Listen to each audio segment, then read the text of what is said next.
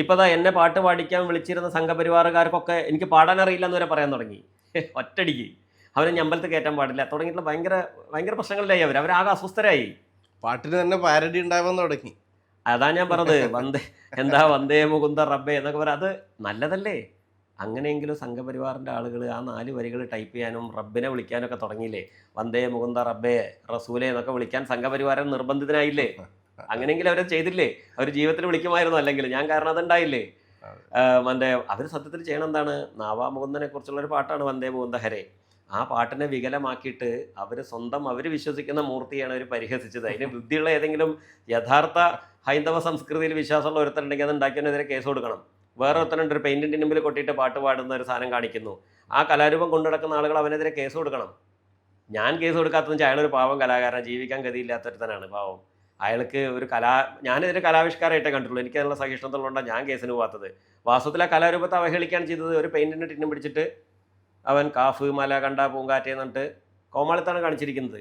ഫേസ്ബുക്കിൽ ഒരു അഡ്വക്കേറ്റ് ഒരു കഠിനമായ വിമർശനം നടത്തുന്നുണ്ടല്ലോ താങ്കൾക്കെതിരെ. അവരൊക്കെ വിമർശിക്കേണ്ടി വന്നില്ലേ? ഇവർക്ക് എന്തുകൊണ്ടാണ് ഞരളത്ത് അരുവന്തിനെ എവിടെ വെച്ചാൽ പോയിക്കോട്ടെ എന്ന് വിചാരിക്കാൻ കഴിയാത്തത്? എന്തുകൊണ്ടാണ്?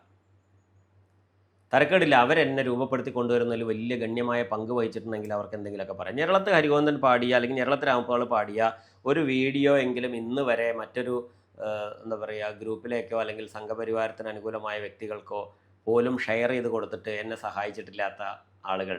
എന്നെ ഉപയോഗപ്പെടുത്തിയിട്ടുണ്ട് ഇവരെല്ലാവരും. ഇപ്പോൾ വേടനെ ഉപയോഗപ്പെടുത്തിയിട്ടില്ല കമ്മ്യൂണിസ്റ്റ് പാർട്ടി, ശ്രീനാരായണ ഗുരുദേവനെ ഉപയോഗപ്പെടുത്തുന്നില്ല, അയ്യങ്കാളിനെ ഉപയോഗപ്പെടുത്തുന്നില്ല. അത്തരത്തിൽ ചെറുകാടിനെ അവർ ഉപയോഗപ്പെടുത്തി, VT ഭട്ടതിരിപ്പാടിനെ അവർ ഉപയോഗപ്പെടുത്തി. അവരൊക്കെ വ്യക്തികൾ എന്നുള്ള നിലയ്ക്ക് വിപ്ലവകാരികളായിരുന്നു.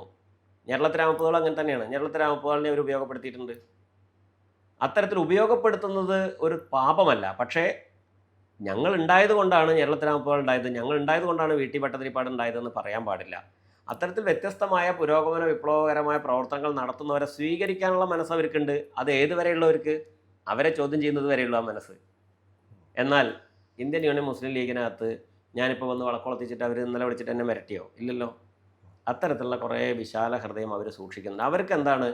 അവർക്ക് പ്രത്യേകിച്ച് ഒരാവശ്യങ്ങളും എന്നെ കൊണ്ടില്ല. അവരെ സ്നേഹിക്കുമ്പോൾ അവർക്ക് കുറച്ച് സന്തോഷമുണ്ട്.